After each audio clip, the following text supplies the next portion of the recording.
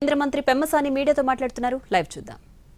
చేయటం చేతగానటువంటి కేవలం మాటలకు పరిమితమైనటువంటి వాటికి ఒక పద్ధతి ప్రకారం సిస్టమేటిక్గా 1 by 1 పనులు చేసుకునే వచ్చేటువంటి ప్రభుత్వానికి ఉన్నటువంటి తేడాని ఆంధ్ర ప్రజల్ని గమనించమని అడుగుతా ఉన్నారు.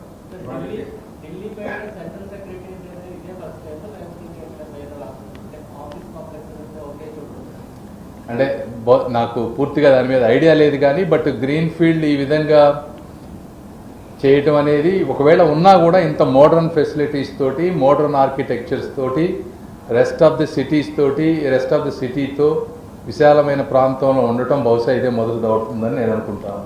ఆంధ్రప్రదేశ్కి సంబంధించి కీలకమైనటువంటి ప్రాజెక్టులో మొదటి నుంచి ప్రత్యేకించి ఈసారి మూడోసారి మోడీ ప్రధానిగా బాధ్యతలు చేపట్టిన తర్వాత అనేక కీలక ప్రాజెక్టులకి వస్తుంది. ఇప్పుడు ఆయన దేశాన్ని అత్యంత కాలం పాలించిన ముఖ్యమంత్రిగా రికార్డు సృష్టించిన రోజు జరిగినటువంటి కేబినెట్ సమావేశంలో అమరావతికి సంబంధించి తీసుకున్న ఈ నిర్ణయం ఆంధ్రప్రదేశ్ కానీ అమరావతి నిర్మాణ కార్యకలాపాలు మరింత వేగంగా కావడానికి దోహదం చేసేటువంటి అవకాశం ఉందా?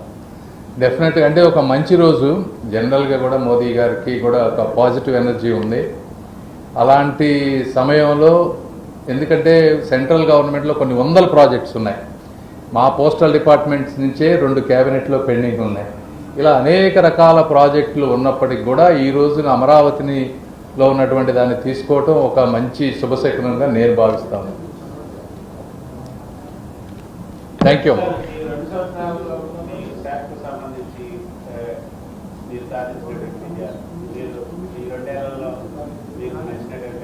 అవి చాలా ఉన్నాయి, వేరే ప్రెస్ మీట్ పెట్టి చెప్తానమ్మా. Thank you.